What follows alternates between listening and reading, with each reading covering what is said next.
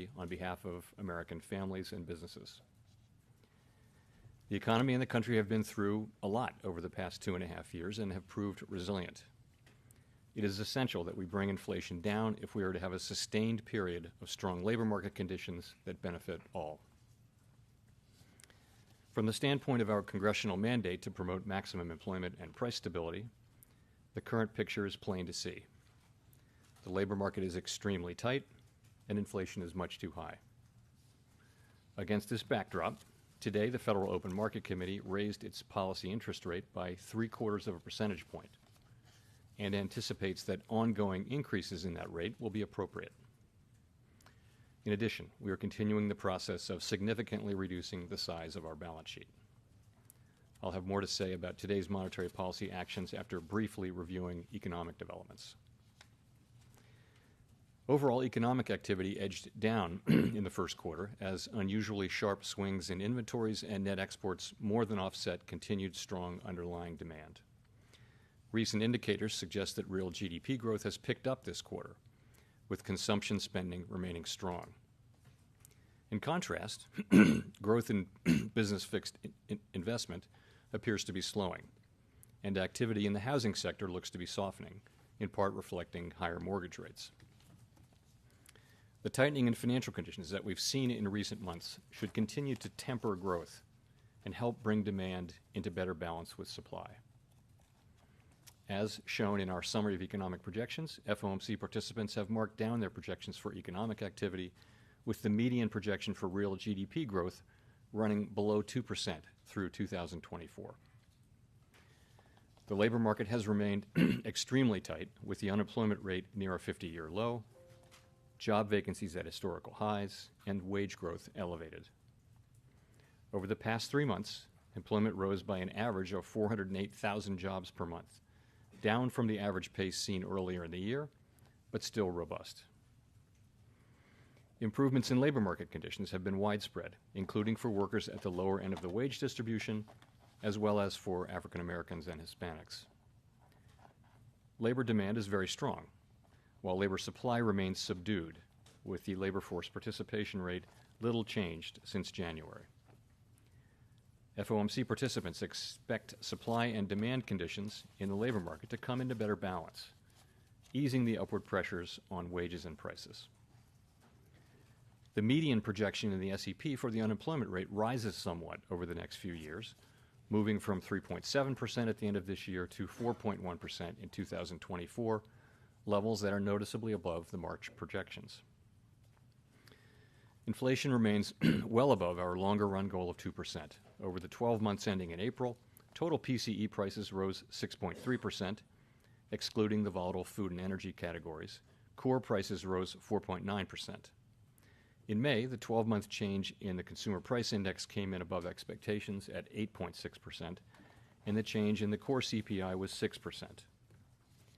Aggregate demand is strong. Supply constraints have been larger and long-lasting than anticipated, and price pressures have spread to a broad range of goods and services. The surge in prices of crude oil and other commodities that resulted from Russia's invasion of Ukraine is boosting prices for gasoline and food and is creating additional upward pressure on inflation. And COVID-related lockdowns in China are likely to exacerbate supply chain disruptions.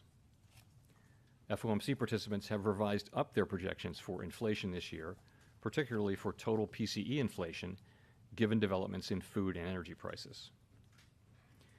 The median projection is 5.2% this year and falls to 2.6% next year and 2.2% in 2024. Participants continue to see risks to inflation as weighted to the upside. The Fed's monetary policy actions are guided by our mandate to promote maximum employment and stable prices for the American people. My colleagues and I are acutely aware that high inflation imposes significant hardship, especially on those least able to meet the higher costs of essentials like food, housing, and transportation.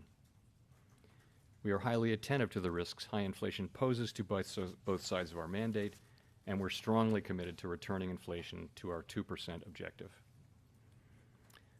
Against the backdrop of the rapidly evolving economic environment, our policy has been adapting, and it will continue to do so. At today's meeting, the committee raised the target range for the federal funds rate by 0.75 of a percentage point, resulting in a 1.5 percentage point increase in the target range so far this year. The committee reiterated that it anticipates that ongoing increases in the target range will be appropriate. And we are continuing the process of significantly reducing the size of our balance sheet, which plays an important role in firming the stance of monetary policy.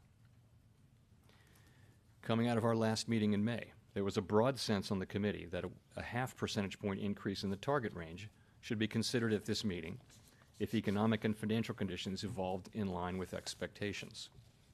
We also stated that we were highly attentive to inflation risks and that we would be nimble in responding to incoming data and the evolving outlook. Since then, inflation has again surprised to the upside.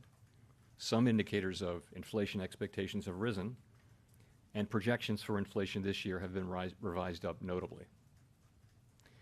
In response to these developments, the committee decided that a larger increase in the target range was warranted at today's meeting. This continues our approach of expeditiously moving our policy rate up to more normal levels, and it will help ensure that longer-term inflation expectations remain well anchored at 2%. As shown in the SEP, the median projection for the appropriate level of the federal funds rate is 3.4% at the end of this year, a percentage point and a half higher than projected in March, and 0.9 percentage point above the median estimate of its longer-run value. The median projection rises further to 3.8% at the end of next year and declines to 3.4% in 2024, still above the median longer-run value. Of course, these projections do not represent a committee plan or decision, and no one knows with any certainty where the economy will be a year or more from now. Over coming months, we will be looking for compelling evidence that inflation is moving down, consistent with inflation returning to 2%. We anticipate that ongoing rate increases will be appropriate. The pace of those changes will continue to depend on the incoming data and the evolving outlook for the economy. Clearly, today's 75 basis point increase is an unusually large one, and I do not expect moves of this size to be common. From the perspective of today, either a 50 basis point or a 75 basis point increase seems most likely at our next meeting. We will, however, make our decisions meeting by meeting and will continue to communicate our thinking as clearly as we can. Our overarching focus is using our tools to bring inflation back down to our 2% goal and to keep longer-term inflation expectations well anchored. Making appropriate monetary policy in this uncertain environment requires a recognition that the economy often evolves in unexpected ways. Inflation has obviously surprised to the upside over the past year, and further surprises could be in store. We therefore will need to be nimble in responding to incoming data and the evolving outlook. And we will strive to avoid adding uncertainty to what is already an extraordinarily challenging and uncertain time. We are highly attentive to inflation risks and determined to take the measures necessary to restore price stability. The American economy is very strong and well positioned to handle tighter monetary policy. To conclude, we understand that our actions affect communities, families, and businesses across the country. Everything we do is in service to our public mission. We at the Fed will do everything we can to achieve our maximum employment and price stability goals. Thank you, and I look forward to your questions. Thank you. Howard Schneider with Reuters. Two related questions. Chair Powell, did you feel you boxed yourself in with the language you used at the last press conference on 50 basis point hikes in June and July? And would you please give us as detailed a sense as you can of what role you played in reshaping market expectations so quickly on Monday? So, as you know, we always aim to provide as much clarity as we can about our policy intentions, subject to the inherent uncertainty in the economic outlook, because we think monetary policy is more effective when market participants understand how policy will evolve, when they understand our objective function, our reaction function. And in the current highly unusual circumstances with inflation well above our goal, we think it's helpful to provide even more clarity than usual, again, subject to uncertainty in the outlook. So, and I think over the course of this year, financial markets have responded and have generally shown that they understand the path we're laying out. Of course, it remains data dependent, and so that's what we generally think about guidance, and that's why we offer it. And of course, when I offered that guidance at the last meeting, I did say that it was subject to the economy performing about in line with expectations. I also said that if the economy performed, if data came in worse than expected, then we would consider moving even more aggressively. So we got the CPI data and also some data on inflation expectations late last week, and we thought for a while, and we thought, well, this is the appropriate thing to do. So then the question is, what do? And do you wait 6 weeks to do it at the next meeting? And I think the answer is that's not where we are with this. So we decided we needed to go ahead, and so we did. And that's really how we made the decision. Gina?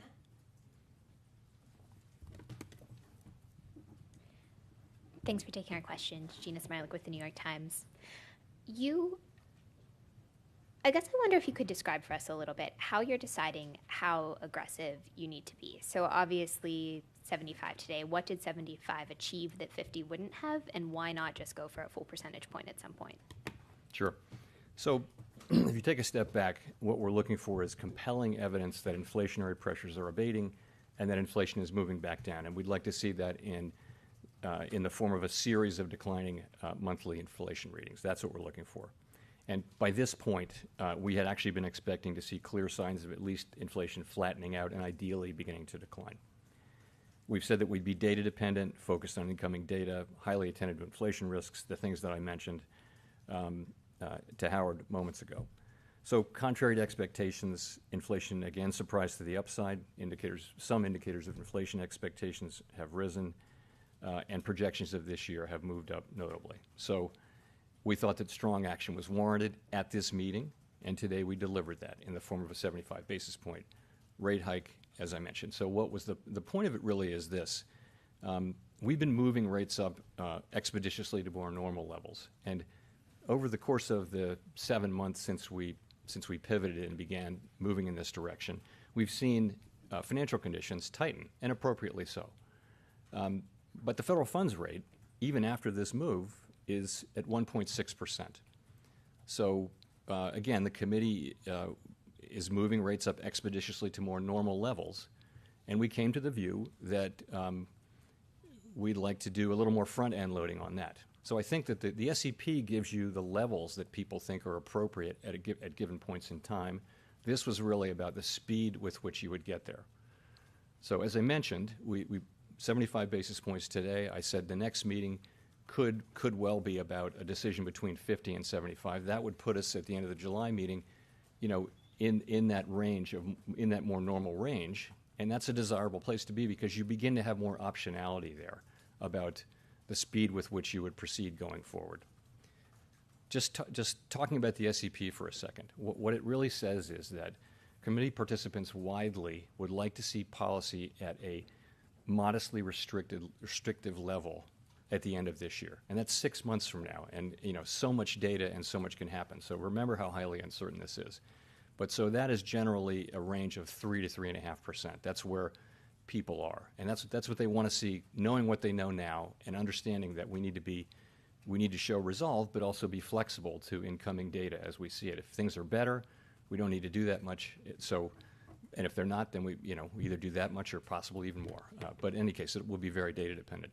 Then you're looking at next year, and what you're seeing is people see a bit more tightening and in a range of maybe 3.5% to 4%. And that's generally what people see as the appropriate path for getting inflation under control and starting back down and then getting back down to 2%. So 75 basis points seemed like the right thing to do at this meeting, and that's what we did. Steve Leisman, CNBC. Thank you for taking my question, Mr. Chairman. You have not used the phrase in a long time, monetary policy is in a good place, which is a phrase that you used to use often. Now that the committee is projecting 4% or 3.8% next year in terms of the funds rate, which is similar to where the market is now, the futures market of 4% funds rate next year.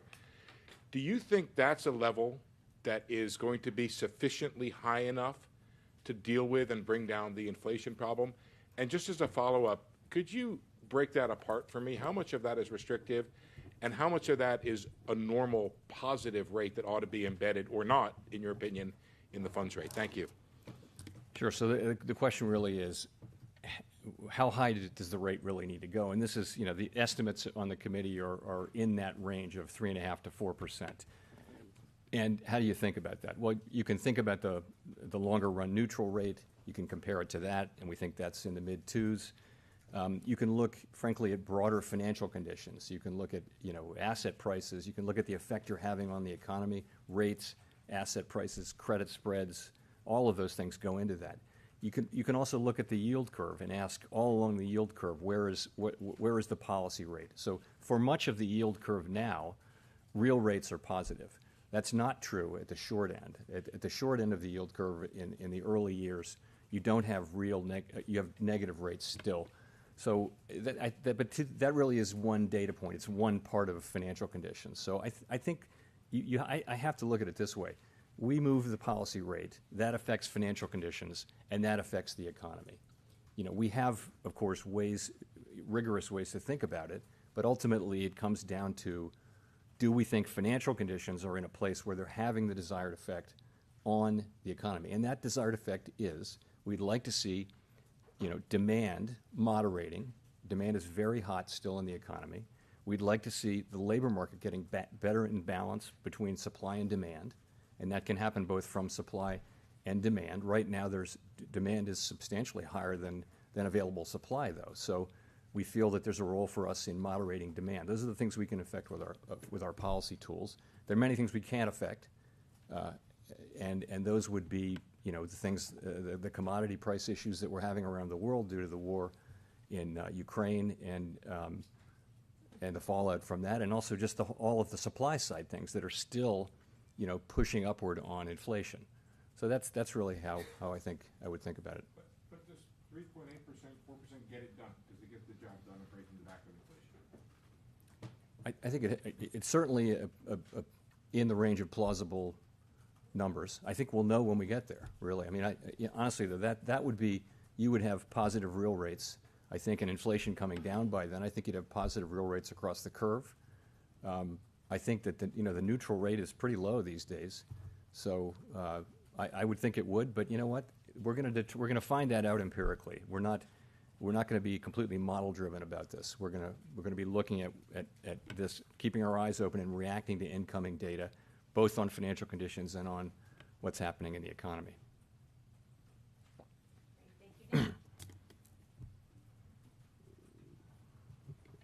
Thanks. Nick Timmeros of the Wall Street Journal.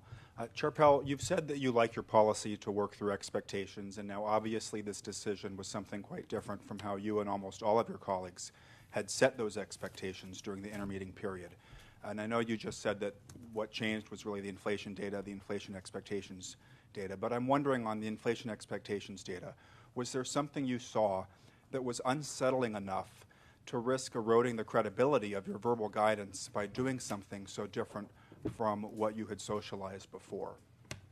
So if you look at we look at a broad range of inflation expectations.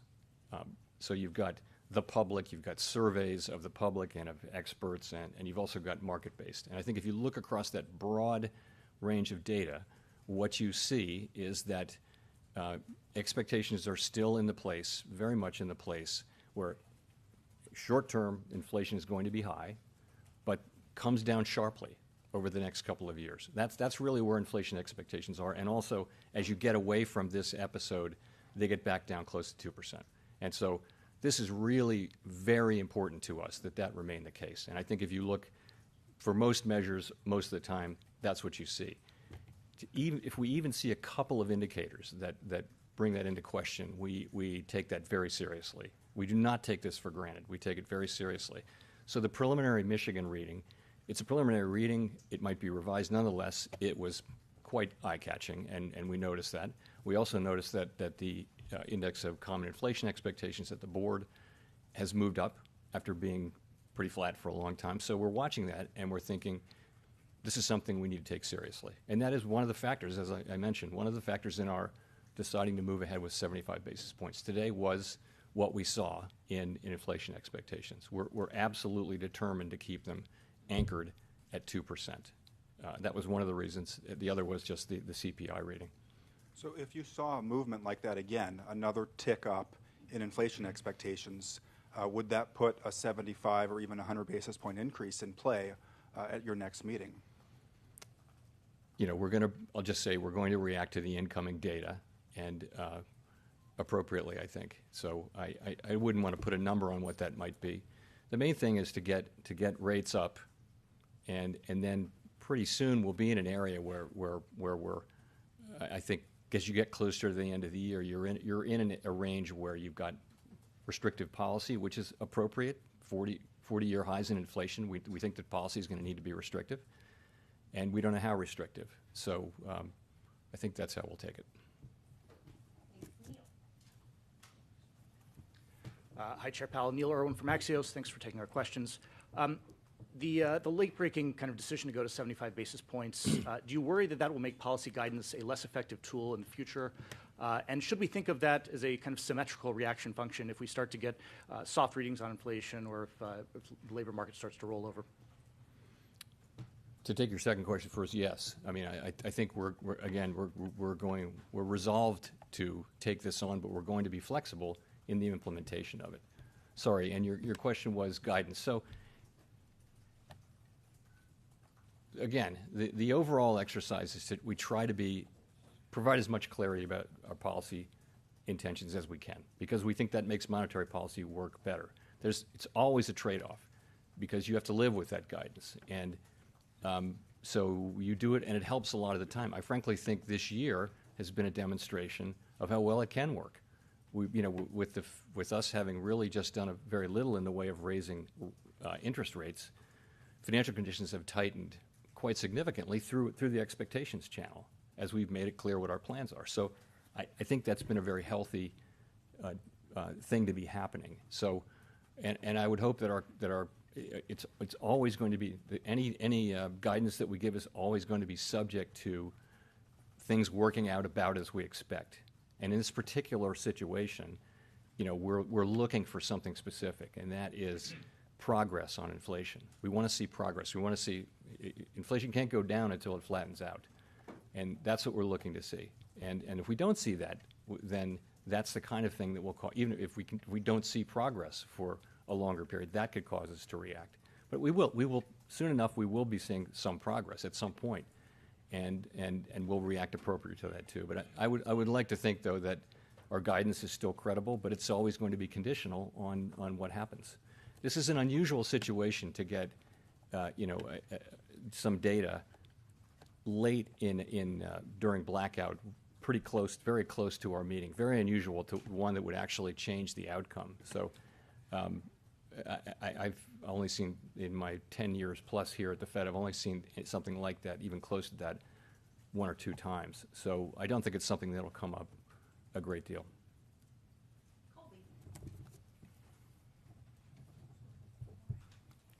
Thank you so much for taking our questions. Colby Smith with the Financial Times. On the clear and convincing threshold for the inflation trajectory, what is the level of realized inflation that meets that criteria? And how is the committee thinking about the potential trade-off of much higher unemployment than even what's forecasted in the SEP if inflation is not moderating, at this acceptable pace? So the second part I didn't get. What's the potential trade-off with higher unemployment than even what's forecasted in the SEP if inflation is not moderating at an acceptable pace? Right. So what we want to see is a series of declining monthly readings for inflation, and we'd like to see inflation headed down. So, and right now our policy rate is well below neutral, right? So, soon enough we'll have our policy rate. Let's assume the world works about like the SEP says. The policy rate will be up where we think it should be, and then the question would be, do you slow down? Does it make you, you'll be making these judgments about, is it appropriate now to slow down from 50 to 25, let's say? or speed up.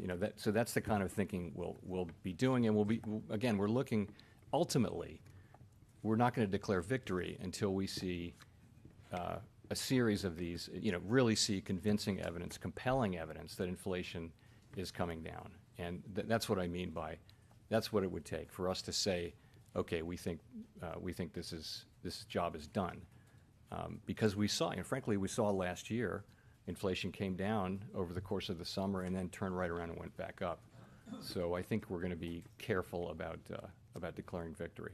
But again, the implementation of our policy is going to be flexible and sensitive to incoming data. Are you more concerned now that to bring down inflation, it's going to require more than just some pain at this point? So again, I think that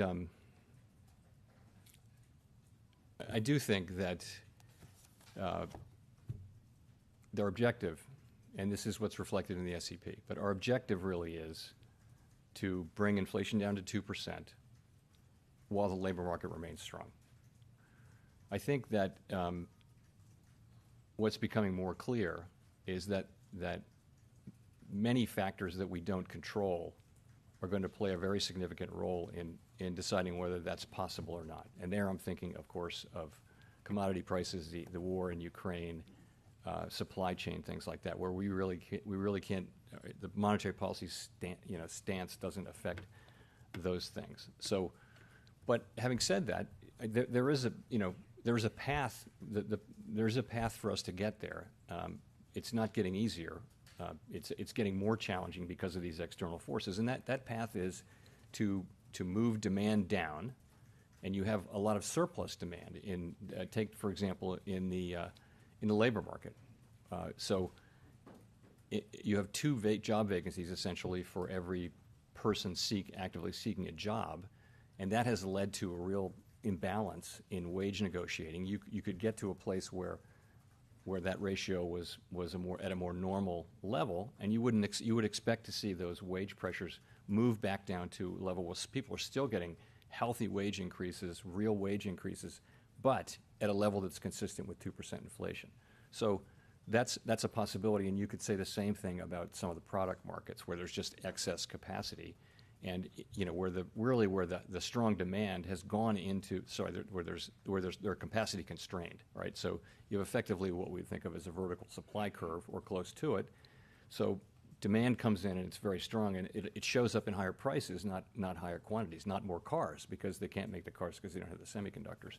So in principle, that could work in reverse. When demand comes down, you could see, and it's not guaranteed, but you could see prices coming down more than the typical economic relationships that you see in the textbooks would suggest, because of the unusual situation we're in on the supply side. So there's a pathway there. It is not going to be easy, and again, it's our objective, but as I mentioned, it's going to depend to some extent on factors we don't control.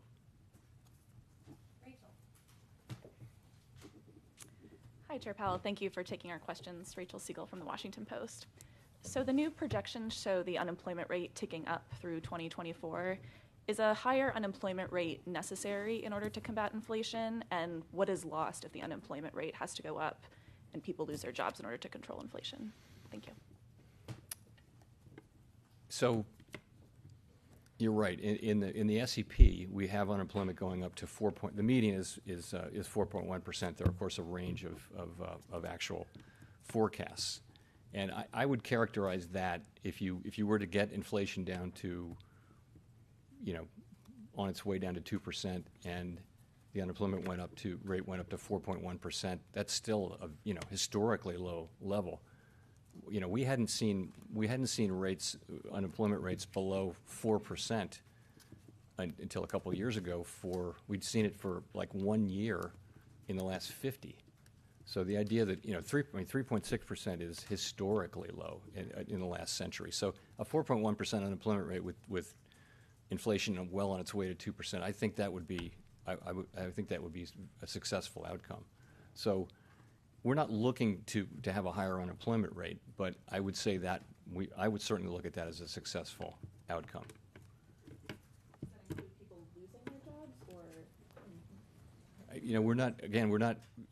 we don't seek to put people out of work. Of course, we never think too many people are working and fewer people need to have jobs.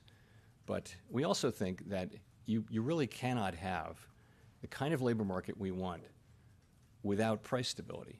And we have to go back and establish price stability so we can have that kind of labor market. And that's a labor market where, where workers are getting wage increases. Maybe the workers at the lower end of the spectrum are getting the biggest wage increases, as they were before the pandemic, where participation is high, where there's lots of job opportunities, where it's just the labor market we had before the pandemic that's what we want to get back to.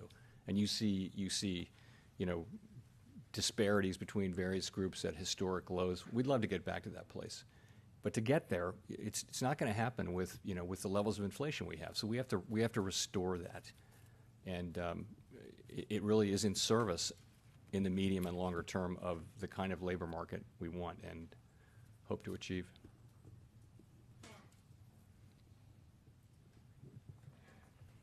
Hi, Chair Powell. Matthew Boesler with Bloomberg. So as you just mentioned, the committee is now projecting a 0.5 percentage point rise in the unemployment rate and the SEPs over the next couple years, and it removed a line from its policy statement about thinking that the labor market can remain strong while it tightens policy. You just mentioned that that is still your objective, though, so I'm wondering if you could explain why that line was removed from the statement, and also whether this means the FOMC is trying to induce a recession now to bring inflation down. Not trying to induce a recession now. Let's be clear about that. We're trying to achieve 2% inflation consistent with a strong labor market. That's what we're trying to do. So let me talk about that sentence. Clearly, it's our goal to bring about 2% inflation while keeping the labor market strong, right? And that's kind of what the SEP says. That the SEP has inflation getting down to a little above 2% in 2024 with unemployment at 4.1%. So, and this is a strong labor market. This is a good labor market. And as I mentioned, there are pathways to do it. But those pathways have become much more challenging due to factors that are not under our control. Again, thinking here of the fallout from the war in Ukraine, which has brought a spike in prices of energy, food, fertilizer, industrial chemicals, and also just the supply chains more broadly, which have been larger and longer lasting than anticipated. So the sentence that we deleted said that we believe that appropriate monetary policy effectively alone can bring about the result of 2% inflation with a strong labor market. And so much of it is really not down to monetary policy. The sentence isn't, it kind of says on its face that monetary policy alone can do this. And that just didn't seem appropriate, so we took the sentence out. And given the new projections for the unemployment rate, could you talk a little bit about what accounts for such reduced confidence against, say, a month ago or 3 months ago that inflation will largely normalize on its own as these supply side issues get worked out? Thanks. Well, yeah, I think you've seen, again, we've been expecting progress, and we didn't get that. We got sort of the opposite. So I also think the situation, really since the consequences of the Ukraine war become more and more clear, what you're seeing is the situation getting more difficult. And you look around the world, I mean, lots of countries are looking at inflation of 10%. And it's largely due to commodities prices. But all over the world, you're seeing these effects. And so, and we're seeing them here. Gas prices, all-time highs and things like that. That's not something we can do something about. So that is really, and by the way, headline inflation is important for expectations. The public's expectations, why would they be distinguishing between core inflation and headline inflation? Core inflation is something we think about because it is a better predictor of future inflation. But headline inflation is what people experience. They don't know what core is. Why would they? They have no reason to. So expectations are very much at risk due to high headline inflation. So the environment has become more difficult, clearly, in the last 4 or 5 months. And hence the need for the policy actions that we took today, hence our resolution to get rates up and ultimately get them to where we think they need to be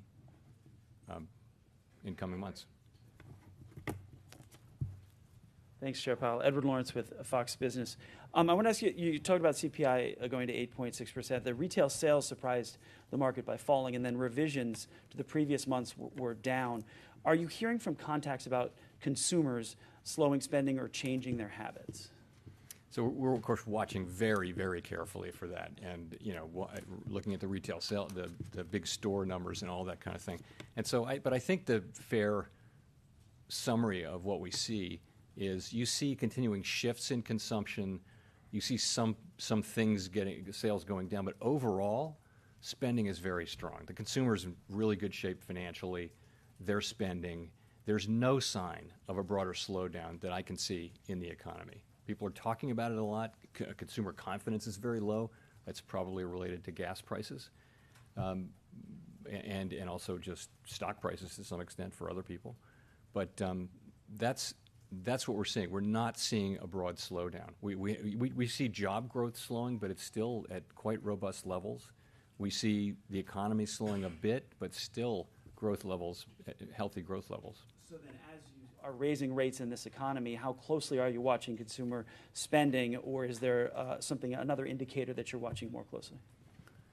It would be hard to watch anything much more closely than we watch consumer spending, but we watch everything. We watch business fixed investment, which actually has softened a bit, we're responsible for watching everything. But consumption is 60-some% of the economy, 2/3 of the economy. So naturally, we spend a lot of time on that. And again, there's a lot going on. There are a lot of flows back and forth, but ultimately, it does appear that the U.S. economy is in a strong position and well positioned to deal with higher interest rates. Thank you, Mr. Chairman. Michael McKee from Bloomberg Radio and Television. Are you targeting headline inflation now or core inflation? In other words, how far would you chase oil prices if they keep going up, if that's going to be the component that drives expectations?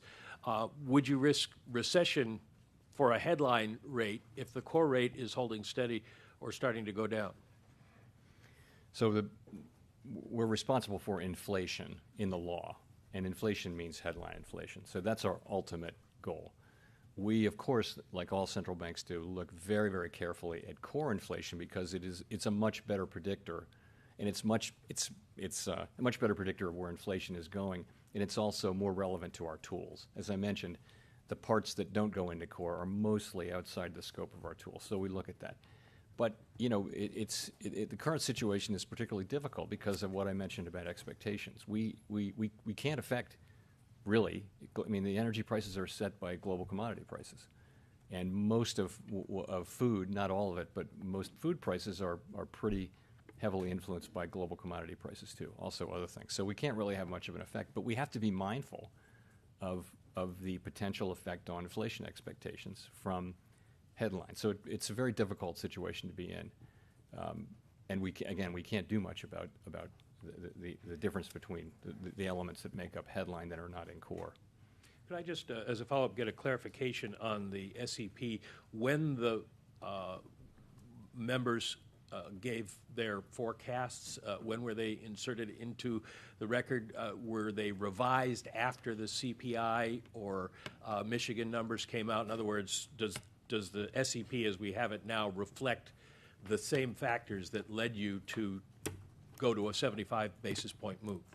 The SEP is of one piece. It reflects all of the economic readings. It also reflects the 75 basis point increase. This is important. So people had that in hand when their SEPs were submitted.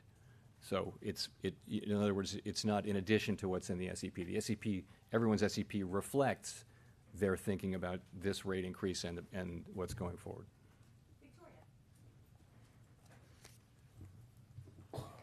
Hi, Victoria Guida from Politico. I wanted to ask about how you're measuring progress, especially since you've now started front-loading rate hikes more. You've talked about how you want to see inflation coming down over a series of reports, and I guess I'm curious whether you think inflation data itself is a really good indicator, or whether you might be concerned that it's a lagging indicator or that it might send confusing signals given that, as you've talked about, there are sort of supply and demand aspects. And I guess my question is, do you think that inflation data will tell you when you've gone to where you need to go, or do you just feel like maybe it's better to overshoot than to undershoot? So I think the role that we can play, maybe the way to get at it is to say that the role that we can play is around demand, right? So, and we'll be able to see the areas that we can affect are those that are associated with excess demand. And we'll be able to see our effect on, for example, job openings in real time. So, and that would tell us about wages. Wages are not principally responsible for the inflation that we're seeing, but going forward, they would be very important, particularly in the service sector. So, sorry, I'm not sure I'm getting to your question. My question is inflation data itself the best indicator for when you're getting to where you need to go, or might it lead you to go too far? There's always a risk of going too far or going not far enough. And it's going to be a very difficult judgment to make, or maybe not. Maybe it'll be really clear. But we're quite mindful of the dangers. But I will say the worst mistake we could make would be to fail, which it's not an option. We have to restore price stability. We really do, because everything, it's the bedrock of the economy. If you don't have price stability, the economy is really not going to work the way it's supposed to. It won't work for people. Their wages will be being eaten up. So we want to get the job done. This inflation happened relatively recently. We don't think that it's affecting expectations in any kind of fundamental way. We don't think that we're seeing a wage price spiral. We think that the public generally sees us as very likely to be successful in getting inflation down to 2%, and that's critical. It's absolutely key to the whole thing that we sustain that confidence. So that's how we're thinking about it.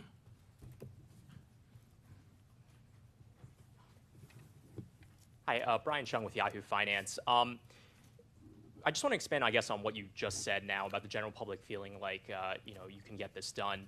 When you talk about consumer sentiment being down, household inflation expectations being up, recession just broadly being dinner table talk, does the general feel among American households and also businesses square with your explanation of the economy, given that the description of inflation in the statement didn't change between May and June? Thanks.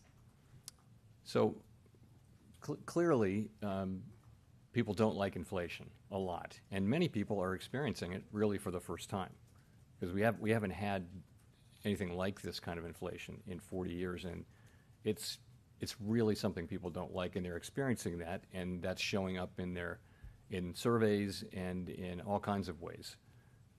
And we understand that, and we understand the hardship that people are experiencing from high inflation, and we're determined to do what we can to get inflation back down.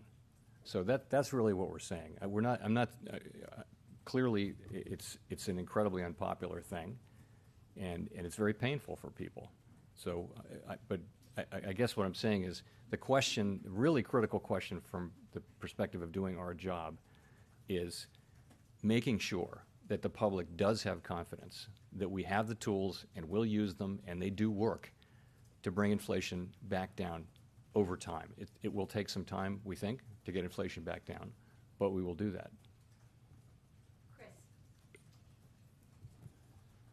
Thank you. Chris Rugaber at Associated Press. You have talked about inflation a few times and mentioned oil prices, China lockdowns. But aside from rises in commodity prices such as gas prices, we're also seeing stickier measures of inflation increasing, such as the Cleveland Fed's median and trimmed mean CPIs. I mean, how persistent do you see those underlying measures of inflation, and how do you expect to, and where do you see those going in the near future? Yeah. So, as I mentioned, I think in my opening statement, the inflation has started off in quite narrow, very directly pandemic-related areas, and it's spread now broadly across the economy and into the services sector as well. It was really in the goods sector at the beginning. In particular, you're seeing in travel now, if you've flown on a plane lately, planes are very full and plane tickets are very expensive. some of that will be passed through of energy prices, but so you're experiencing services inflation. Shelter inflation is high. So the question, and you see the Cleveland measure going up, and many other measures are going up. So it's a time when we're not seeing progress, and we want to see progress, and that's really another part of why we did what we did today, and why the SEP looks like it does, is that we see it as appropriate to get the policy rate up to restrictive levels, which would be, in the thinking of the committee, somewhere in the range of 3 to 3.5% by year end, and then after that, you see what the rest of the SEP says. So I hope that's responsive to your question. Nancy. Hi, Chair Powell. Nancy Marshall-Genzer with Marketplace. Do you still think a softish landing is possible, and how would you define that at this point, considering the revised projections for unemployment, GDP, inflation? So I think what's in the SEP would certainly meet that test. If you see, you're looking at getting back down to almost a 2% inflation by 2024, and the unemployment rate is still as low as 4.1%. I would call that as meeting that test. Do I still think that we can do that? I do. I think there's. I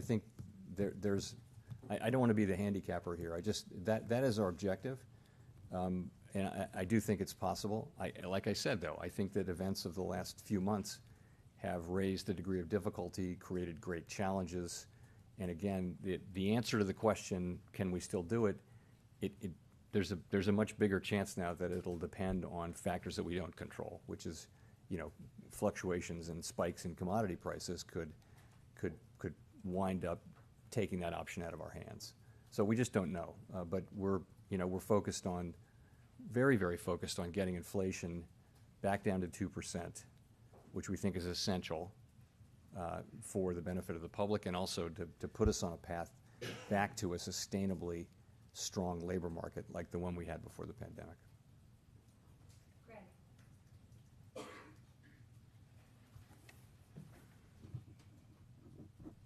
Thank you. Greg Robb from MarketWatch. Chair Powell, I was wondering if you could talk a little bit more. Economists are worried that you're kind of hitting the economy with a sledgehammer, and that now there's even more risk of a recession than a 50-50 path of rates. So could you talk a little bit more about that, and what evidence would get you to stop rate hikes and maybe even reverse them? Sure. So as I mentioned, financial conditions have tightened over the last 7 months, and that's a good thing, we think. But the federal funds rate, even after this increase, is at 1.6%. So it's hard to see how that is too high of a rate. And even if we did another, we're going to get here by the end of the summer somewhere in the 2s probably. Still, that's still a low rate. So that's not a rate that is calculated to bring a recession on. And by then we'll have seen a whole lot more data. As I mentioned a couple times, the committee's views are around a modestly restrictive stance, which would be in the 3 to 3.5% range by the end of this year. But that's conditioned on that being the appropriate thing to do. If we see data going in a different direction, it'll be reflected in our policy, as you see today. We'll be watching if things go in a direction we don't expect, then we're going to adapt. And I would say this is a highly uncertain environment, extraordinarily uncertain environment. So again, we'll be determined and resolved, but flexible.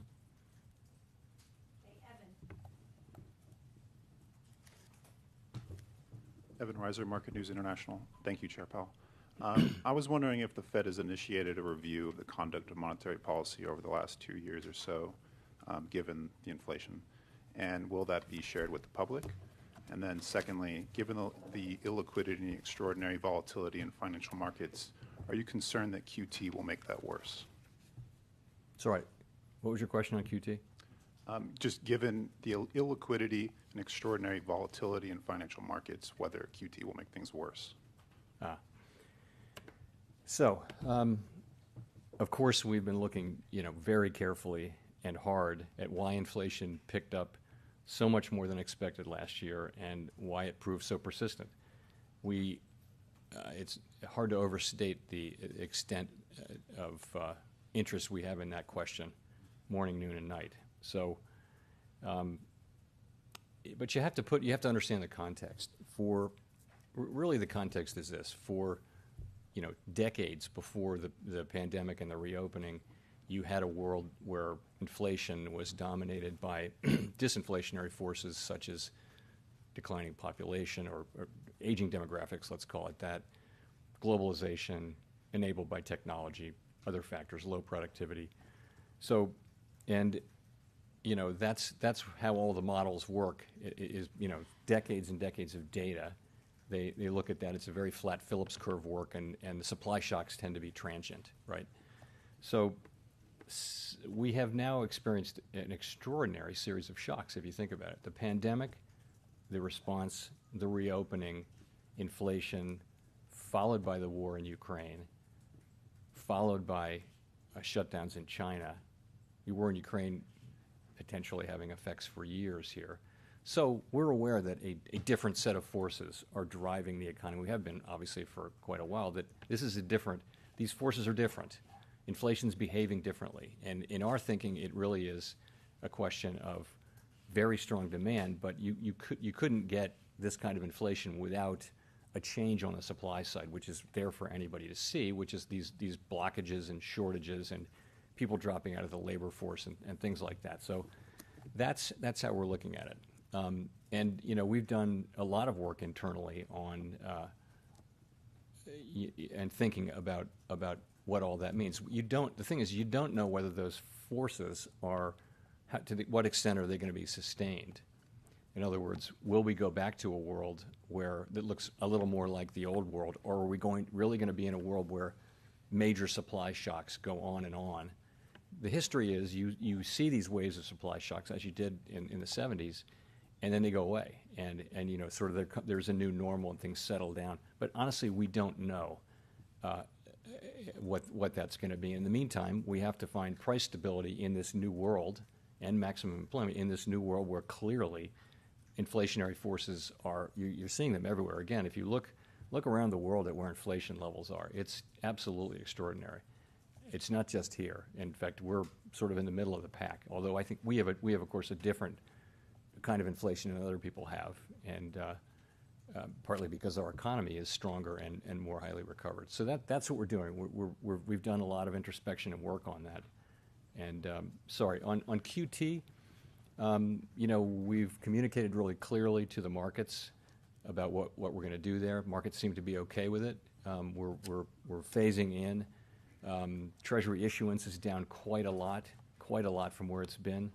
So I have no reason to think markets are forward-looking and they see this coming. I have no reason to think it will lead to illiquidity and problems. It seems to be kind of understood and accepted at this point. Thanks. For the last question, we'll go to Mark Hamrick. Mr. Chairman, Mark Hamrick with Bankrate. Wonder what your assessment is about the outlook for the housing market, given the years-long increase in home prices and now the sharp rise in mortgage rates. And all that, of course, given the heightened sensitivity around the housing market, given the fact that it was a trigger for the great financial crisis over a decade ago. Thank you. Sure. So rates were very low. A good place to start is that rates were very, very low for quite a while because of the pandemic and the need to do everything we could to support the economy when unemployment was 14% and the true unemployment rate was well higher than that. So, and that was rates are low, and now they're coming back up to more normal or above levels. So in the meantime, while rates were low and while demand was really high, obviously demand for housing changed from wanting to live in urban areas to some extent to living in single-family homes in the suburbs, famously, and so the demand was just suddenly much higher, and low. So we saw prices moving up very, very strongly for the last couple of years.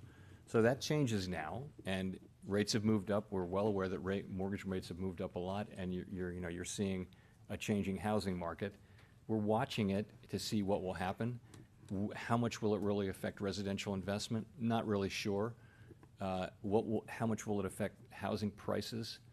Not really sure. It's, obviously we're watching that quite carefully. You would think over time, so there's a tremendous amount of supply in the housing market of unfinished homes.